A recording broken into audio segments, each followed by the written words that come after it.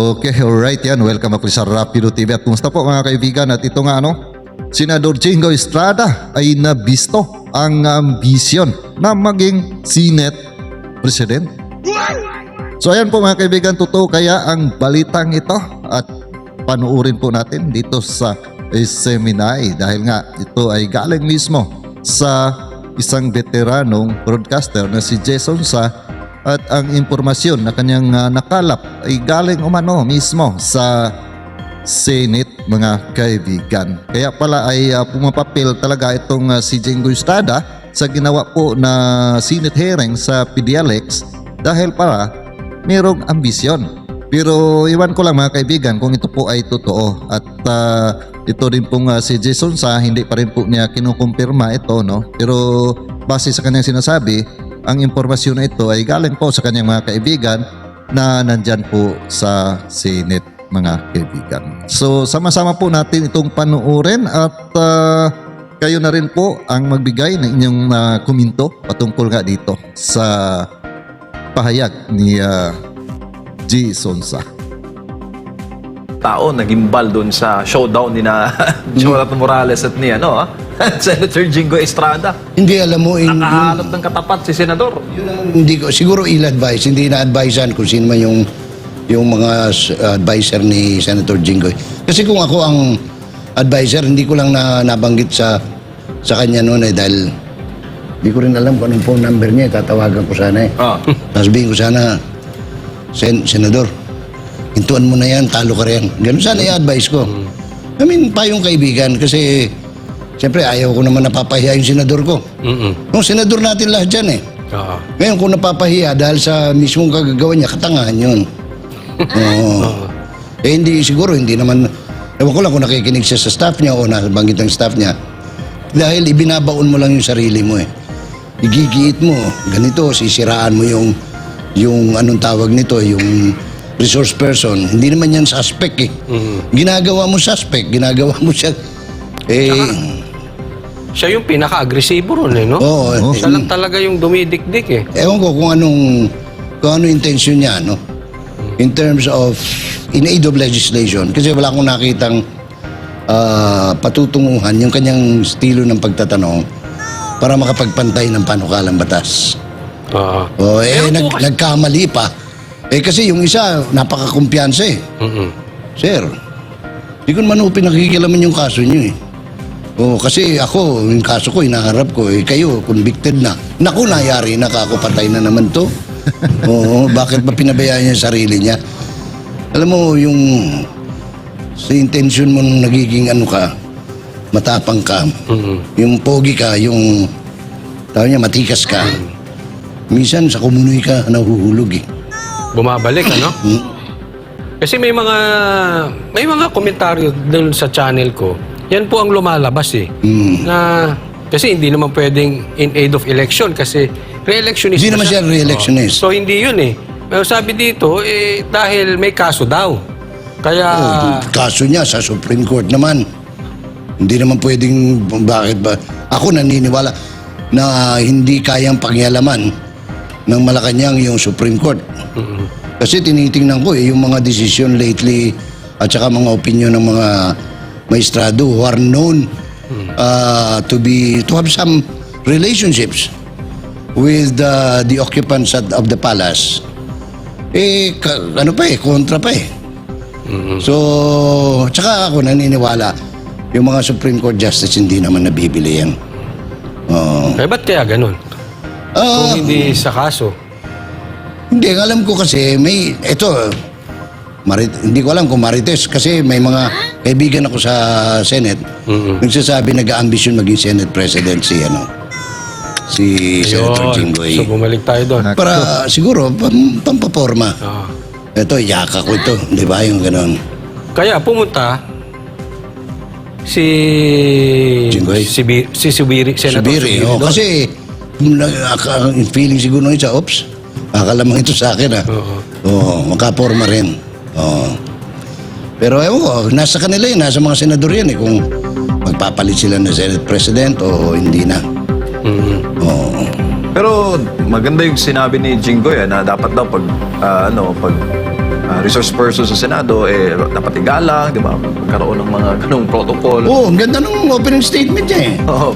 Pero sa dulo, Siya naman nagbabiolate noon. parang gano'n nangyari. Kasi resource person yung tao, hindi naman suspect eh. Pangalawa, ang linaw-linaw. From the very beginning, April 30, sinasabi ng tao, hindi siya kung sino kinakampihan natin. Ako ho, investigador lang. Hindi naman ako may sabi nitong nilalaman ng investigasyon. Yun. Ngayon, kung gusto mo talaga ako, senador, ako doon, sasabihin ko in confidence eh. Sige, executive session tayo. Bulong mo nga sa akin sino yung confidante. Para at least makuha namin yung punot dulo nito. Hindi, nililitsyon mo yung tao na hindi naman litsunin. Di ba? Sa harapan ng camera, So ayan po mga kaibigan, ito nga galing po mismo kay Jason Sa. Ito nga impormasyon na kanyang nakuha galing po sa kanyang mga kaibigan dyan po sa Senate, na mayroong ambisyon itong si Jinggoy Estrada na maging Senate President, mga kaibigan. So dahil nga ang impormasyon na ito ay galing po sa mismo dyan sa Senate, maaari na mayroon pong katotohanan, mga kaibigan, di ba? Kasi hindi naman siguro ito lalabas ang informasyon na ito kung wala ngang mga plano, dyan po sa Senate. At ito nga siguro ang isa sa dahilan kaya ito nga si Jinggoy o Senador Jinggoy Estrada ay pumapapil talaga dito po sa ginawa po na Senate hearing sa PDLX. At yan nga po ang aking nasisilip din po, mga kaibigan, dahil nga sa atin pong napansin sa lahat po ng mga senador na dumalo nga dyan po sa ginawang PDLX, siya talaga ang talagang dinidikdik po niya itong si ex-PDEA agent na si Morales, na kumbaga ay para bang pinapakita po niya na itong si ex-PDEA agent Morales ay hindi po karapat-dapat na maging witness dito po sa ginawa na Senate hearing. Actually, sinabi nga ito ni ex-PDEA agent Morales na ang kanyang pagdalo po dyan ay dahil nga sa paglabas nito pong mga confidential na dokumento, na nagtaka nga po siya kung bakit nga ito nailabas sa social media. Dahil nga ang una po na naglabas dito ay ito po nga si Maharlika, di ba, mga kaibigan? At siyempre siya po ang nakapirma. Kaya ay ang kanya pong gusto na malaman kung sino po ang naglabas sa nasabi pong dokumento. So yun lang naman po ang gusto sana na malaman ni ex-PDEA agent Morales at siyempre ni Senador Bato.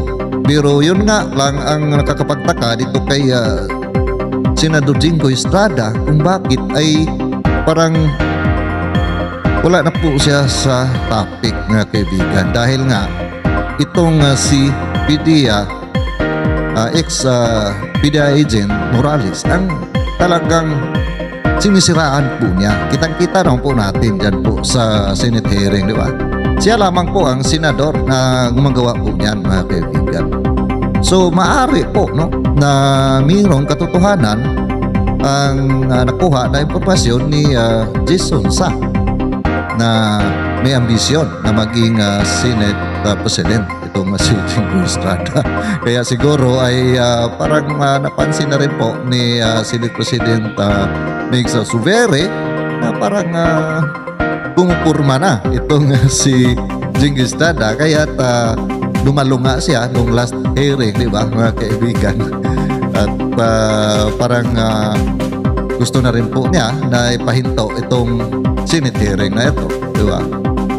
So siguro ay sa akala ni Senate President Mig Subere, kung hindi po siya dadalo dito at hayaan lamang po niya itong si Jinggoy Estrada na papapil po dito, parang makikita ng ating Pangulo na parabang ito lamang si Estrada ang parang nandoon po sa side po niya na depensahan po siya. Kaya ay nagpakita na rin po ng kanyang aksyon itong si Senate President Lex Overe, na makikita naman natin doon sa kanyang mga sinasabi na parabang gusto na rin po niya na ipahinto na itong Senate hearing na ito, mga kaibigan. So ayan po, no, kung ano po ang inyong masasabi dito.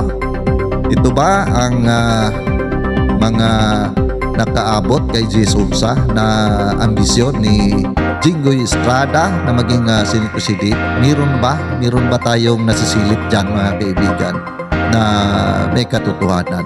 So paki-comment lang po sa ating comment section, ano. At para sa akin po, mga kaibigan, kung itong si Jinggoy Estrada ang maging Senate President, nako, maaari itong Senado ay hindi na maganda ang takbo pagka siya na po ang maging Senate President, mga kaibigan. Dahil nga sa ating nakikita dito, no, sa ginawa niya sa Senate hearing na ito, talagang hindi po maganda, no. Hindi po maganda yung mga ginagawa po niya, lalong-lalo na po dito sa resource person na si Expedia Agent Morales, no, mga kaibigan. Kaya binalikan nga siya ni Expedia Agent na si Morales patungkol sa kaso, no. Dahil yun ang tinitira niya, yung mga kaso ni Expedia Agent Morales, di ba? So kunting balik sa kanya, kaya ay doon napuruhan po siya, mga kaibigan, doon sa balik ni Expedia Agent Morales, no, patungkol sa kanya ding mga kaso. At isa pa, siya po ay nakonvict na. Itong si Expedia Morales ay hindi pa nga, no, inaharap pa lang po niya itong kaso na ito. So ayan po, no, ano po inyong komento po dito, mga kaibigan? Ay, komento lang po sa ating comment section. At muli po ako ay magpapasalamat sa inyong patuloy na pagsuporta, pagsubaybay dito sa mga ginagawa po ng mga reaction video. At sa ating mga kababayan, Luzon, Visayas at Mindanao, at sa ating mga OFW, palagi lamang po tayo mag-ingat. At kung nagustuhan po ninyo ang video na ito, paki-like naman po, mga kaibigan. At see you po sa next video po. God bless all of us.